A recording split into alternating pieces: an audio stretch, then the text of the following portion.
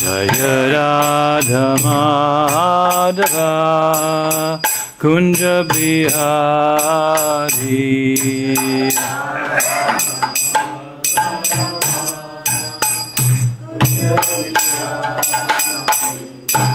Gopi Jana Vallabha Girivaradhari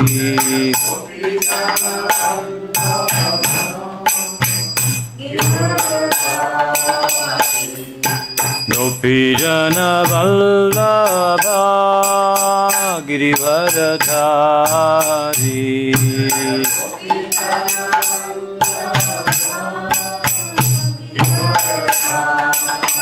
Yashodanandana Rajajana Ranjana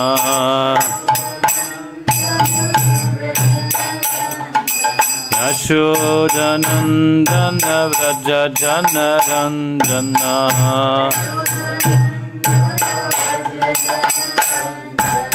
Yamuna Tiravanachariya Yamuna Tiravanachari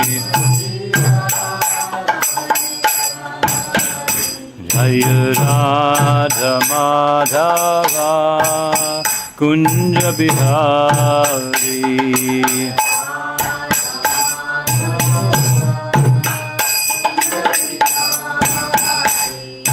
Gopi Jana Vallabha Girivaradhari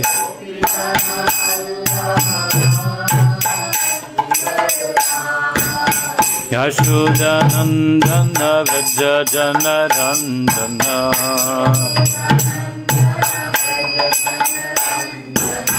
Yamuna Tiravanachari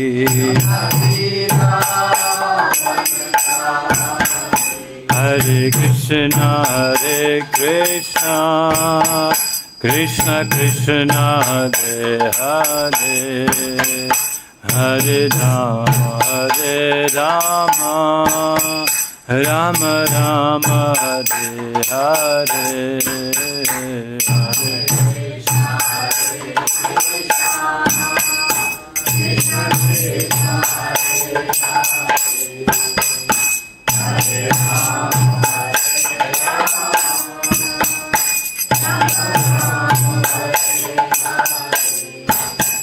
Hare Hare Krishna, Hare Krishna, Krishna Krishna, Hare Hare, Hare Rama, Hare Rama, Rama Rama, Hare Hare, Hare Krishna, Hare Krishna, Krishna Krishna, Hare Hare, Hare Rama, Hare Rama, Rama Rama, Hare Krishna, Hare Krishna, Krishna Krishna, Hare Hare, Hare Rama, Hare Rama, Rama Rama, Hare Hare, Hare Krishna, Hare Krishna, Krishna Krishna, Hare Hare, Hare Rama, Hare Rama, Rama Rama, Hare Hare, Hare Krishna, Hare Krishna, Krishna Krishna, Hare Hare, Hare Rama, Hare Rama, Rama Rama, Hare Hare, Hare Krishna, Krishna Krishna, Hare Rama, Hare Rama, Jaya Radha Shyama Sundar Radha Shyama-sundar Radhe Jaya.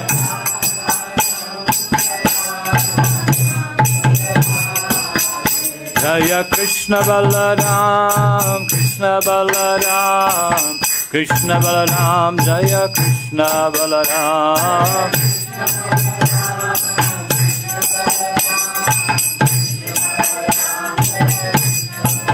Jaya Gauran Nitai, Gauran Nitai, Gauran Nitai, Jaya Gauran Nitai.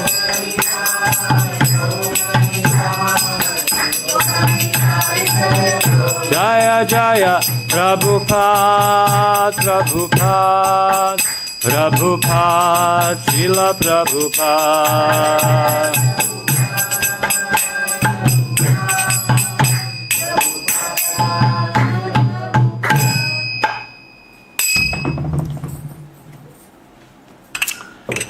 Granthraj Srimad Bhagavad Gita ki jai, Samaveta Bhakta Vrinda ki jai, Gaura Premanandi Hari Hari Go.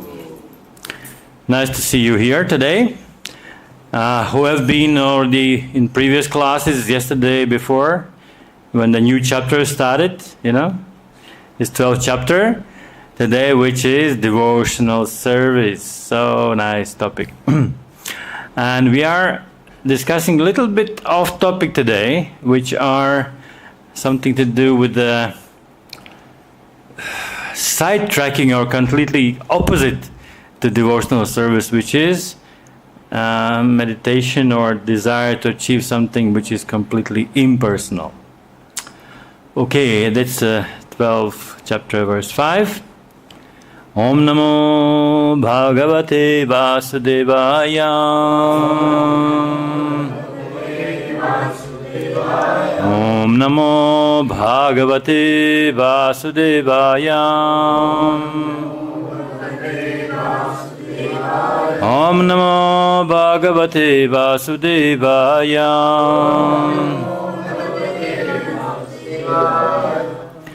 Kleśo dhika-taras teṣām.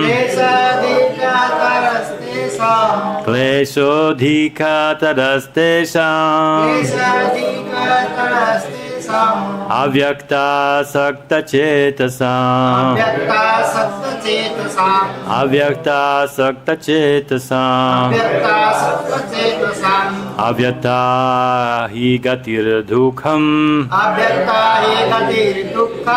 Avyaktā hi gatir duḥkhaṁ. Deha-vadbhir avāpyate. Deha-vadbhir avāpyate. Kleśo dhika-taras teṣām. avyaktāsakta-cetasām. Avyakta hi gatir duḥkhaṁ. Dehavadbhir avāpyate. kleśaḥ-teṣām. Kleśaḥ-teṣām. avyaktāsakta-cetasām. Avyaktāsakta-cetasām. Avyakta hi gatir duḥkhaṁ. Avyakta hi gatir duḥkhaṁ. dehavadbhir avāpyate. Dehavadbhir avāpyate. kleśaḥ-teṣām. Avyaktāsakta-cetasām. Avyakta hi gatir duḥkhaṁ.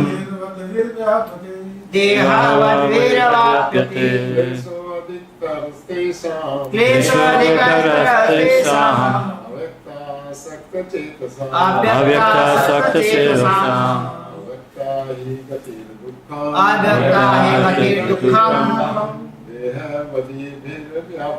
dehavadbhir avāpyate. kleśaḥ-teṣām.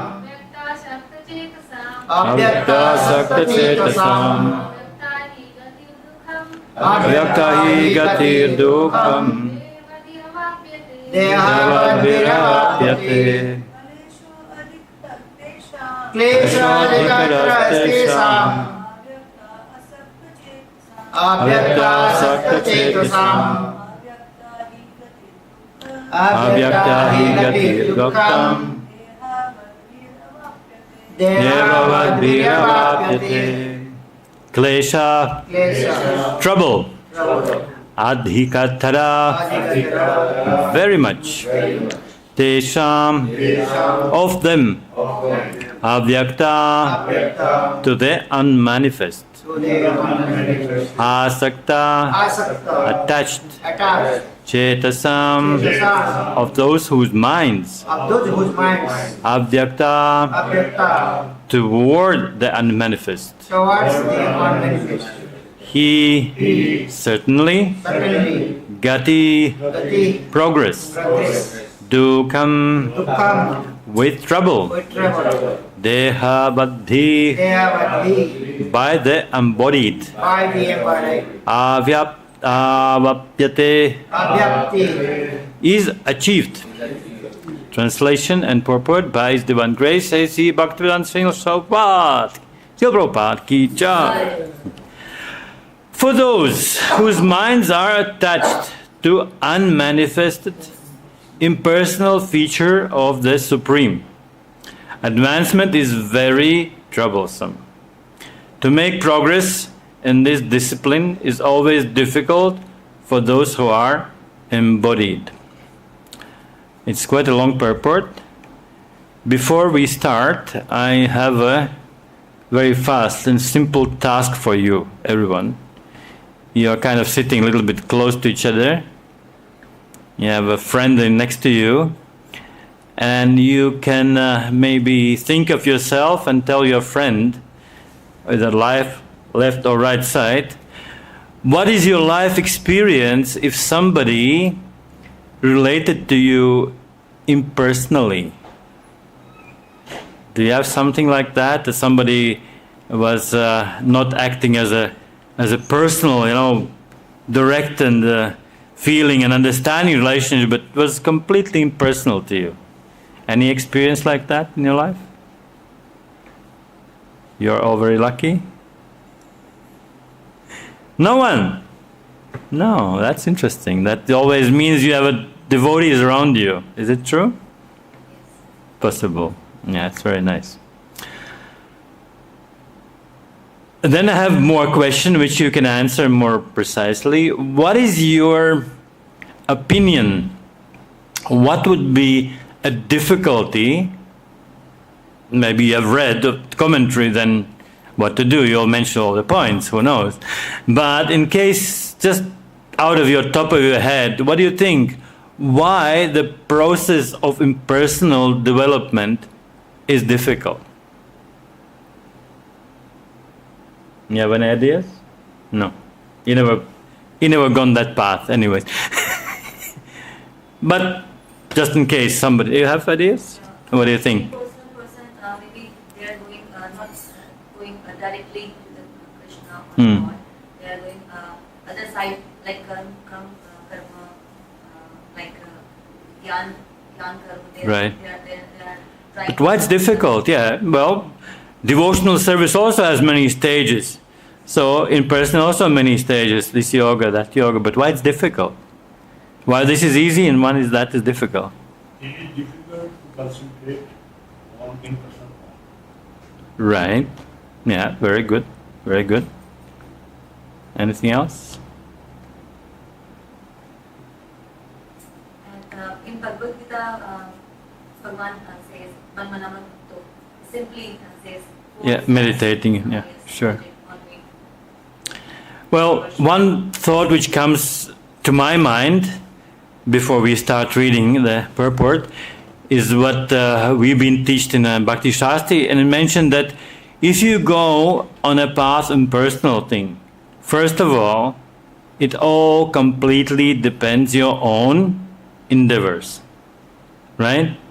But when you go on a spiritual path towards Krishna, you'll receive help, and how any help can be better than Krishna's help, who is most perfect and most magnanimous, so on. So this is one point which comes to my mind. Anyways, let's read the purport. It's quite long. If we get a little bit bored, or too long, we will do squeeze some commentaries in between the lines, so it kind of gives us more lively. So, the group of transcendentalists who follow the path of inconceivable, unmanifested, impersonal feature of Supreme Lord are called jñāna-yogīs. Right. You're completely right. They are jñāna-yogīs. Persons who are in full Krishna consciousness engaged in devotional service to the Lord are called bhakti-yogīs. Now, here a difference between jñāna-yoga and bhakti-yoga is definitely expressed. The process of jñāna-yoga, although ultimately bringing one to the same goal. Somebody remembers yesterday's verse? You were here yesterday? Yeah. Can you scroll it down yesterday?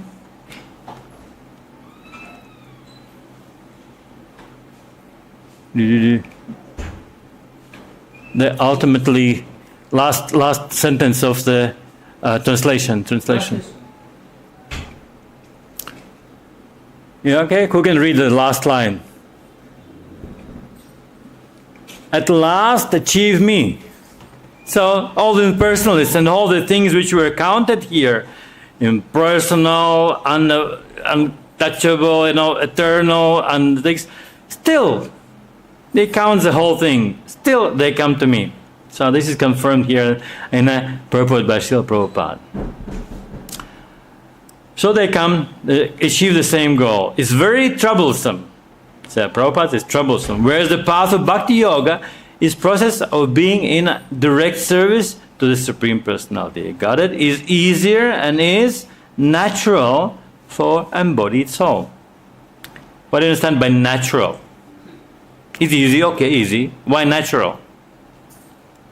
The quotation of Krishna Prem Sadhu Right. automatically Yeah, it's sitting in the heart. I hardly imagine that impersonal Brahman realization sitting in the heart. But Krishna Prem is sitting in the heart, and the process of devotional service is by which that feeling, that love to Krishna is awakened. So it's very natural. The individual soul is embodied since time immemorial. It's very difficult for him to simply theoretically understand that he is not the body. Even theory, what about practically, right? Even theory is difficult to understand. Actually, even realized people, realized souls, during Chaitanya's time, it is mentioned in a Chaitanya Bhagavata, which Vrindavandas Thakur mentioned that those associates of Lord Chaitanya were having interactions between each other and Lord Chaitanya, but they didn't know their own spiritual identity. So this kind of part, don't be discouraged that we are far away from understanding who are in a spiritual Krishna's world. Same happened to the Lord Chaitanya's friends who are eternal associates, and they didn't know who are they in Krishna Lila. They knew who is in the Chaitanya Lila, that's for sure. We also, I think, we know who are in Prabhupada Lila, right? Who is, mostly of us are here, grandchildren of Prabhupada, yeah? It's easy. So, at least theoretically. Therefore, the bhakti-yogi accepts the deity of Kṛṣṇa as worshipable, because there is some bodily concept fixed in the mind, which can thus be applied. Unusual point, very unusual point. The concept of bodily identification can be applied. So even if your body, so you apply that idea to the other body, which is Krishna. Yeah? So even conditioned soul completely understands I'm body, so Krishna is also a body, so we can have relationship. Even if you think we are a complete body, Well, later on we need to develop our spiritual identity when we again have a relationship, a little different though, but still. At any stage we can have relationship with Krishna. Of course, worship of Supreme Personality of Godhead in his form within temple is not idol worship. There is evidence in the Vedic literature that worship may be saguna and nirguna, of supreme possessing or not possessing attributes. That's quite unusual. What would be identified in a Vedic literature when you hear it? What means nirguna worship? How is it possible to worship nirguna? Any example? You have no friends who are worshipping nirguna? Yeah, Brahman, yeah. Is anyone worshipping Brahman? Yeah, some. How they do that? I never seen that. How they do it? Like Muslim, only ideally, they don't have. Oh, right. Yeah, they are prohibited Yes. to make any form or shape in a temple. Although they have a little bit of a hint in the whole scripture because they have prophet. So there's kind of hint, there's a devotee of thing. So because of that, there is some personal interaction between them and the prophet and so on. But ultimately, Lord is without form, without shape. Yeah, it's pretty hard. And especially because he doesn't have eyes. I don't know why they don't eat during the day, but they say at night at least Allah don't see. So they have Ramadan, they fast for 1 month, and then when the sun goes down and the dark, he said, oh, then Allah cannot see, we can eat as much as we want. So that's austerity. Yeah, no eyes, no legs. And Krishna says, because impersonalists do, they cut me off. They cut off my legs, they cut off my head. So therefore, impersonalists are big aparadis. Yeah, guna, nirguna and saguna. Worship in deity in temple is saguna worship, for Lord is represented by material qualities. But the form of the Lord, though represented by material qualities such as stone, wood, oil, is not actually material. That is absolute nature of the Supreme Lord. So, a few days ago I was listening quite unusual class, and one of Maharajas mentioned, he was speaking of a deity worship with one of the disciples, and she was worshipping every day, dressing deities in the temple and in a home as well. So I was pretty busy, and she asked a few questions about things. And Maharaj said quite unusual. He said, you know, the form of the Lord you're worshipping is transcendental. It's nothing to do with material. And when those words come from the realized devotee, it's a little bit different than I'm saying, believe me. But what he said next was even more amazing. He said, but you trying to touch that supreme transcendental form with your dirty material body, do you think he deserves that? Maybe he deserves something more. So therefore he said, if you develop your spiritual, pure, transcendental body, and with that you worship Krishna, that would be your goal of life. So meanwhile, you can do it with your material body, but keep in mind, there is a goal behind that for every pujari, seems. So the crude example may be given here. We may find some mailboxes on the street. Prabhupada is a very famous example. And if they post our letters in those boxes, they will naturally go in their destination without difficulty. Who have seen the boxes? In UK, you know, some of them are still in big cities. They are big, you know, like a dustbin, but like in a human size. Red ones, and they have big locked doors, and they open, and they're like bin, and they're pulling out all the mails, and putting back and closing, and yeah, it's quite unusual. Many countries it's much smaller, you know, like a bucket, you know, with thing, and make sure you cannot pull letters out. A special system you put in, but you cannot get it out. You need special lock to unlock it.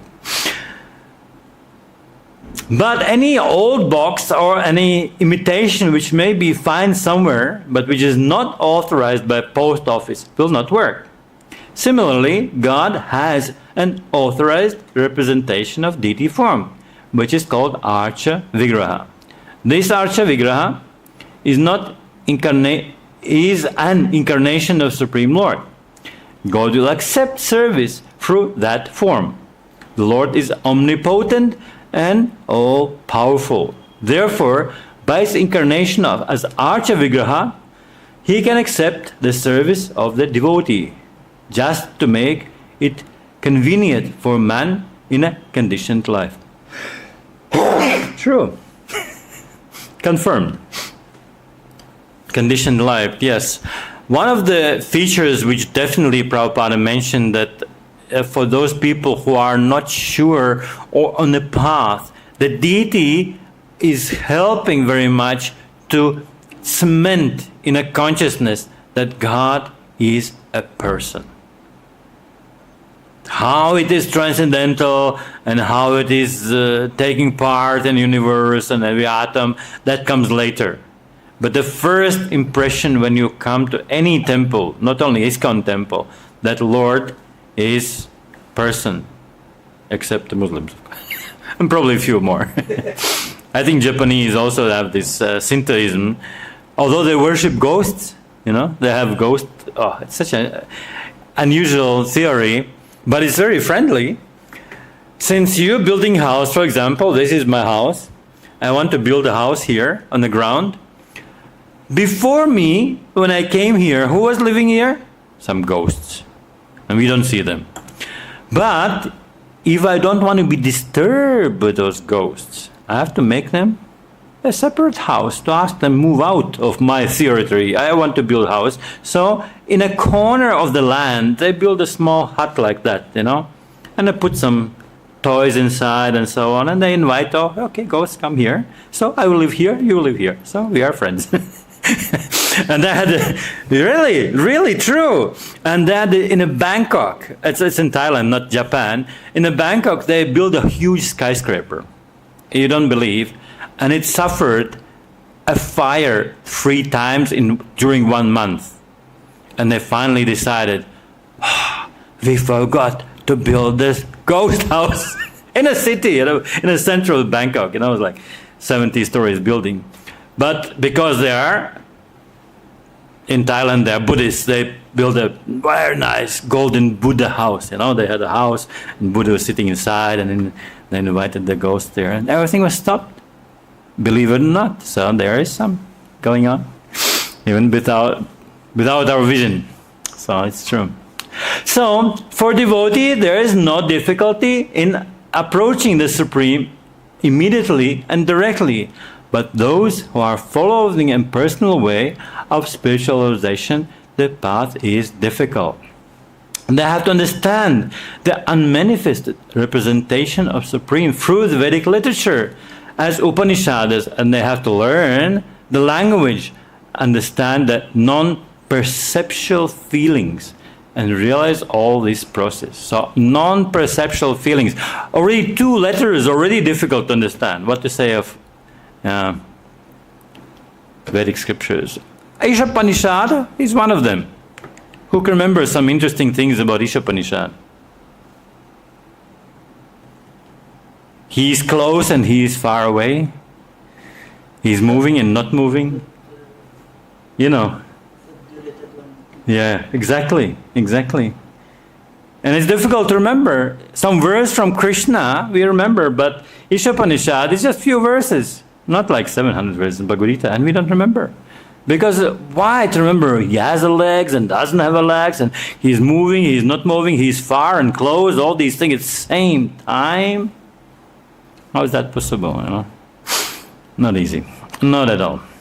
So therefore it is difficult. It's non-perceptual feelings. So it's like feelings but without anyone to address to.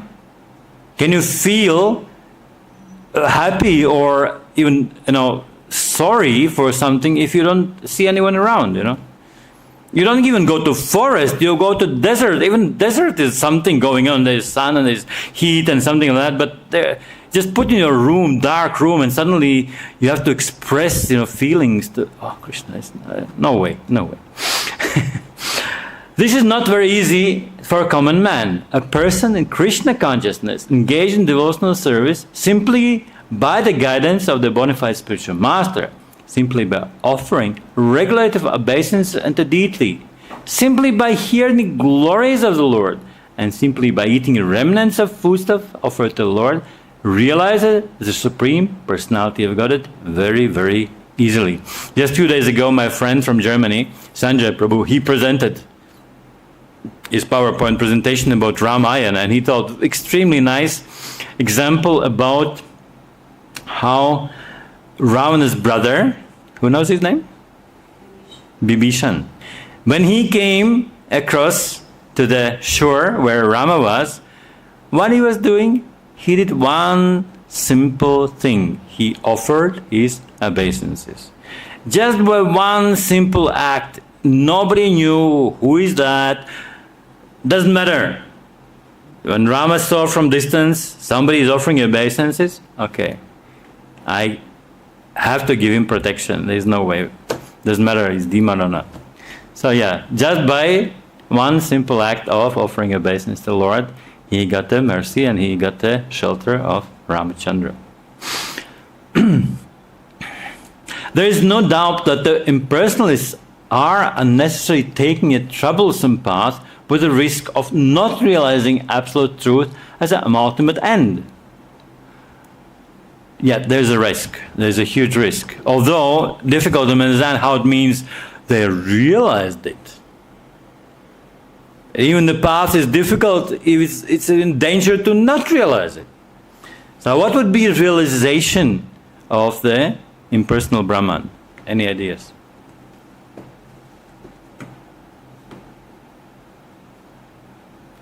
Impersonalists successfully realizing impersonal Brahman. What would that be?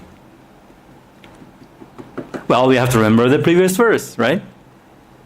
Krishna said, those who are following this path ultimately will come to me. So this is a hint. That means, if you realize Lord, there is a Brahmeti, Paramatmati, Bhagavan iti sabdate. So that means you can gradually come. And many, many devotees, even they jump to the medium stage or last stage of Bhagavan, sometimes you have to go a little bit back, since you've not realized those features. And those features are definitely understanding that Brahman is one single energy behind everything. Unmanifest, if you remember, this is called, according to Srimad Bhagavatam, called pradhan, unmanifest. So when you have manifest, then there is next name. Who knows that one? Mahatattva. So when the unmanifest energy, one single energy, which is not divided, is just like a big soup. The soup has like even some details inside, a potato floating. But there's an undivided original energy. So what realization it gives to any person, including devotees, that there is nothing in this world which is not Krishna's energy. And there's nothing in this world which I can create. Because everything I create, already we take elements from the Lord. Water, ether, earth, everything. We build a house, we make a drink, we make, cook potatoes, whatever. They grow out because there is sun energy and this energy. But all these energies are different, and originally they come from one single energy, which is Brahman realization. But because impersonalists are not able to control their senses, they are too much attached to the social things and so on, they fail to realize that. And they start doing some welfare work, as Prabhupada said. They are still attached to sense gratification, I know, classical impersonalists, but those Babajis, they usually smoking and so on, tobacco chewing. So these are bad habits they cannot overcome. An opposite devotee who is just starting his path, Prabhupada, it gives up the smoking, meat eating, the tree drinking easily, without problem. And it Prabhupada mentioned before here, because of prasadam, just simple khichdi, If you eat just khichdi here in temple, very soon you'll be able to reject any bad habits in your eating.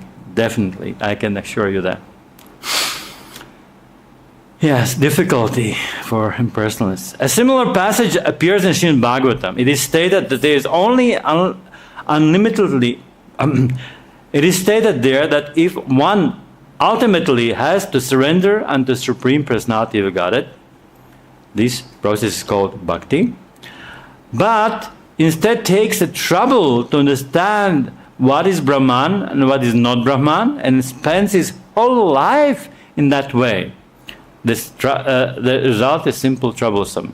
Yeah, Prabhupada mentioned that you think that this jñāna-yoga is attractive. Why? And Prabhupada explained, those people think if it's very difficult, must be true. If you want to go to university, and if you want to be like real scientist, what you should choose? You should choose high mathematics, or nuclear physics, or something like that. And you're like going to take like 5 years plus 3 years, something like 8-9 years, just to master a PhD in nuclear physics, and you cannot use it. You cannot use it, So therefore, also they say you try to realize, but there is no use of it. You cannot apply in your life. And many of those so-called scientists, they cannot even tie their shoelaces, because they are so much absorbed in the mental area and deciding, trying to find what is this atom, that is these bosons and God particle, and how is the big universe looks like. What's the point if you cannot go even the neighbor country? You don't have enough money as a scientist to get a visa to the neighbor country, so whole universe and so on. At the same time, devotees mentioned, they are able to travel. Narada Muni, perfect example. He was just simple maidservant, and he was eating leftover prasadam of a great devotees, and now he's the most famous spaceman, without special super duper endeavor. Yeah, like that.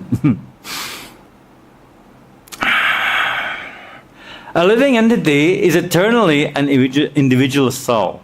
But if he wants to merge into a spiritual whole, he may accomplish the realization of eternal and knowledgeable aspects of his original nature. But the blissful portion is not realized.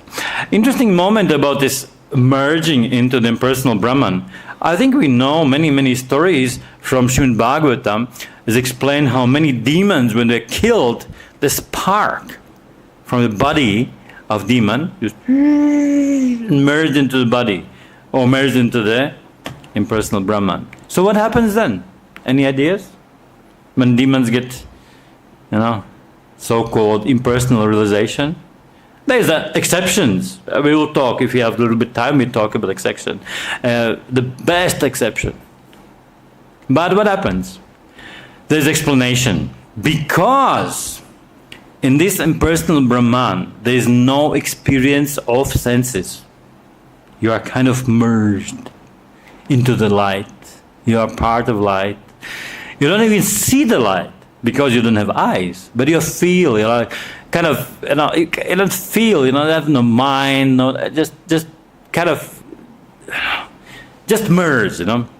What happens? The soul, because soul is active, it wants to act.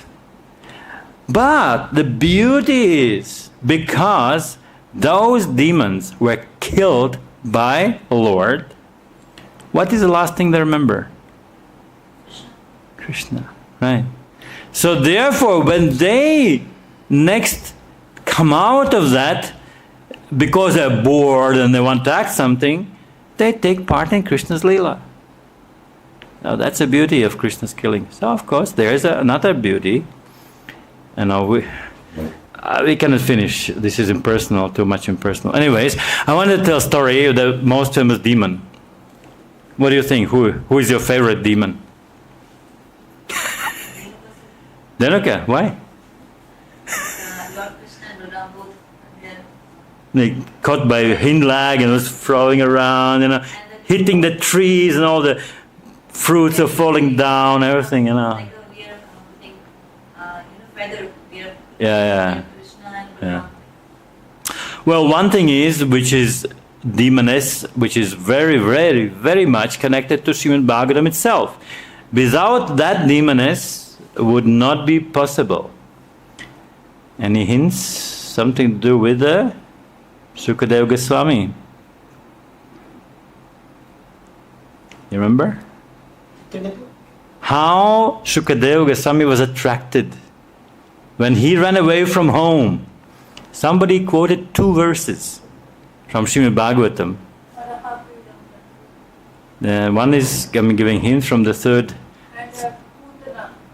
Exactly, right.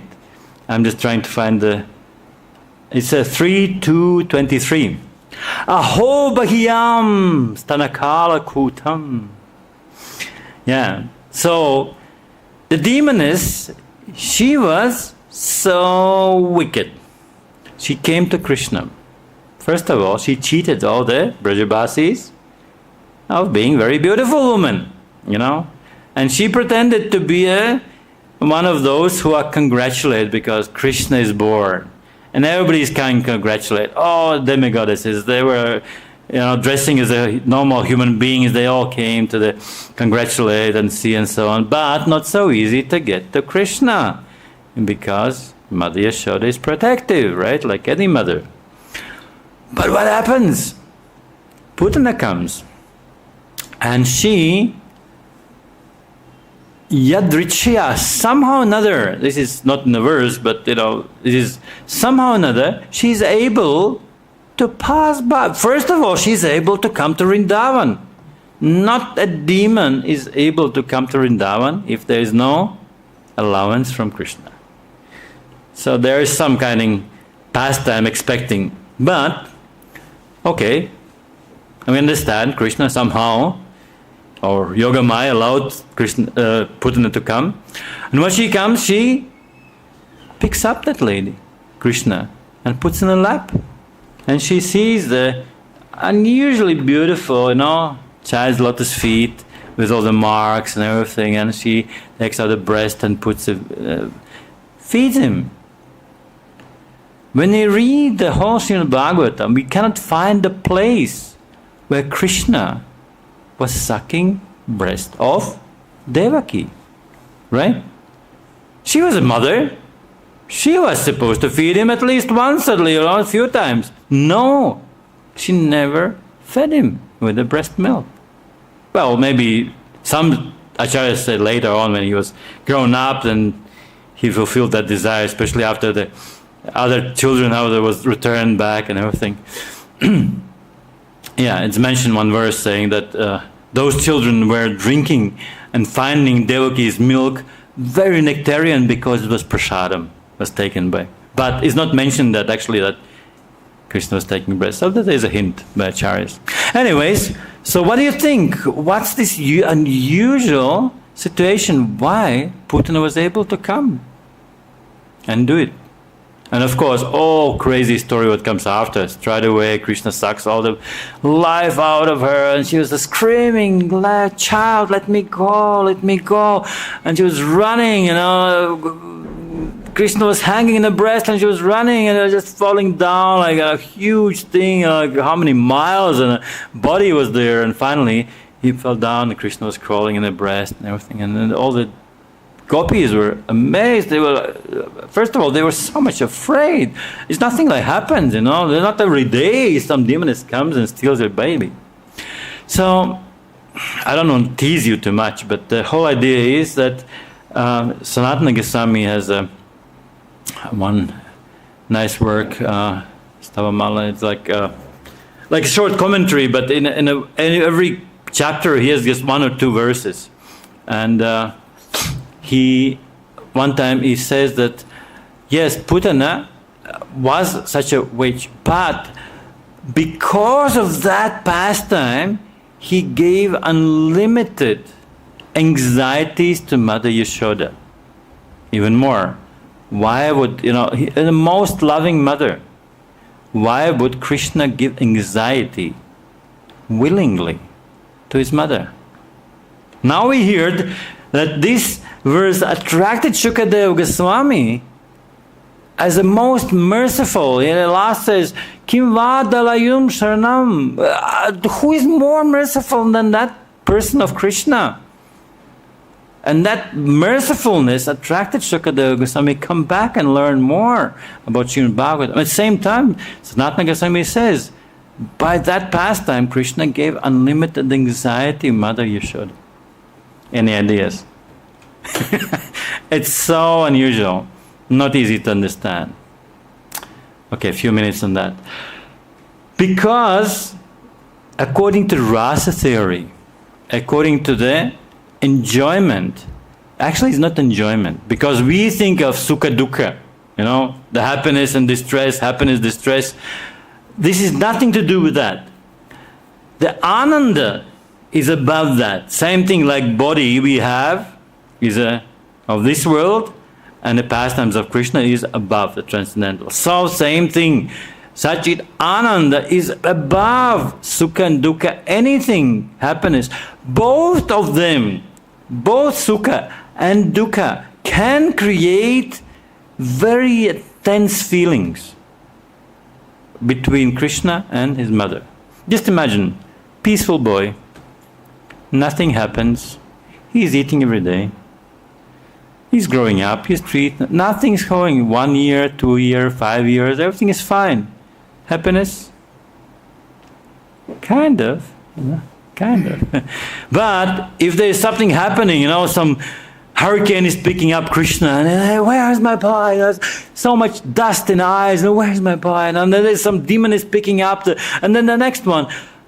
Therefore, years later, when all those demons were killed, anyways, every morning, when Yashoda was allowing Krishna to go to herd the cows, she was full of these memories, anxieties. What happens if some more demons come? So therefore she was coming every second, said, okay, you need this protection, you need this amulet, and you, all coward boys, go around her. And you go in the front, you're going to back, you're going to sides and protect him. And this. She was so much in love, and she was so much protective. The Vatsalya Rasa was culminating because of those events. I'm not going to talk about even gopis, this is too much. But the whole idea that the separation and those emotions, it's something happens, some kind of danger, Just imagine, you think that Krishna is a god. What happens? Do you feed him? No, he's Atmarama, he doesn't need, He's aptakama, all his desires are fulfilled, Nothing happens, something happens, he will kill demons, who cares, He's strong, he's God. That's Vaikuntha. Everybody thinks that the Lord is Lord, He's God, and nothing happens, No deep emotions, Everybody, God, He'll take care of him. We don't need to feed him, He will protect himself. And Vrindavan, which we are now, is completely different. Everybody is in anxiety, and Krishna creates anxiety for his devotees. The question, are we ready for anxieties? Not sure. Sometimes we want the impersonal path. It's more easy. Just merge, And because we have this tiny desire, we do experience Brahmajyoti every night for 5-6 hours. We do. We need that, because this is our nature, According to nature, you eat and you sleep and you act and so on. If you are in passion, what do you eat? Chilies, right? If you're in Sattva Guna, you eat sweets, right? If you in Tamaguna, you eat, smelly things and putrid things and 5-year-old things. Anyways, all these things are meant for attracting devotees to Krishna. And these pastimes of impersonal Brahman, there's no pastimes, no attraction. But the beautiful description of Srimad Bhagavatam, which is like nectar, step by step. Every day we can take. Bhagavad Gita is just introduction, although there's a whole background story in Mahabharata. We can take those stories and understand by reading them and by feeling how those devotees are interacting with Krishna. Our heart will start to pulse, and have some devotion. We'll they copy. They just like infest, like a disease. It just jumps to us, because they have such a devotion, they have such emotions. Those things will come to us also gradually. So therefore, thank you so much for listening today. Maybe there's 5 minutes more, some questions or corrections, anything?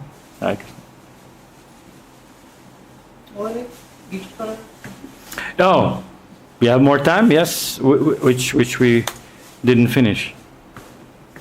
One should not take, Krishna. You can finish reading. Sorry. Last paragraph. Last paragraph. To-do. It's quite long. Where starts? Which sentence is starting? A living entity? Living entity. Oh, right. All right. A living entity is eternally an individual soul. And if he wants to merge in the spiritual whole, we're writing a little bit. Okay. He may accomplish realization of the eternal and knowledgeable aspects of his eternal nature. But the blissful portion is not realized. That we read. By the grace of some devotee, such a transcendentalist, highly learned in the process of jñāna-yoga, may come to the point of bhakti-yoga or devotional service. By the grace of devotee. That's always there. At that time, long practice in impersonalism also becomes a source of trouble, because he cannot give up the idea. Therefore, embodied soul is always in difficulty with the unmanifest, both at the same time, the practice and the time of realization. Every living soul is partially independent, and one should know for certain that this unmanifested realization is against nature of spiritual blissful self. One should not take up this process. Although Krishna says, ultimately come to me. But why? The Prabhupada gives, this is like an elevator. Why go these stairs and waste your energy? If you have to go to floor 70, it will take 2 hours, 3 hours. 70? How much? One floor is like 9, 10, 12 steps. Multiplied by 70. It's like, wow. 1,000 almost. For every individual living entity, the process of Krishna consciousness, which entails a full engagement in devotional service, is the best way. If one wants to ignore this devotional service, there is no danger. There is a danger of turning to atheism. Yes, this is a little bit of a danger, because if you reject, it's not like going in the path is dangerous or not going. But because while you try to realize Krishna in different way, unwillingly, or as we last time spoke, this implicit and explicit, implicitly, inwardly, you reject part of devotion. So that's offense, and therefore this is the biggest trouble, because he rejected straight offer. Krishna comes and says, please come, I give you all my blessings, the easiest and fastest way. He said, no, I wanted the difficult way. Yes, way is good, but because you acted impersonally to the person who gives you devotional service, that is the troublesome. And therefore, you may not come to the impersonal realization, you become then materialist and atheist. And that's the problem. Thus, the process of centering attention on unmanifest, the inconceivable, which is beyond the approach of senses, as already expressed in this verse, should never be encouraged at any time, especially in this age. It is not advised by Lord Krishna. Mata, many times verses say, this is my opinion. And especially those verses are extremely important. If you hear Madaha, this is my opinion, we should take it seriously, otherwise we become atheists.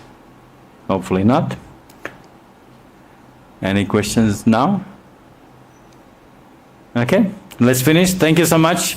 Srila Prabhupada ki jai, Granth Raj, Srimad Bhagavad Gita ki jai, Gaura Premanand, Hari Hari Hari Go.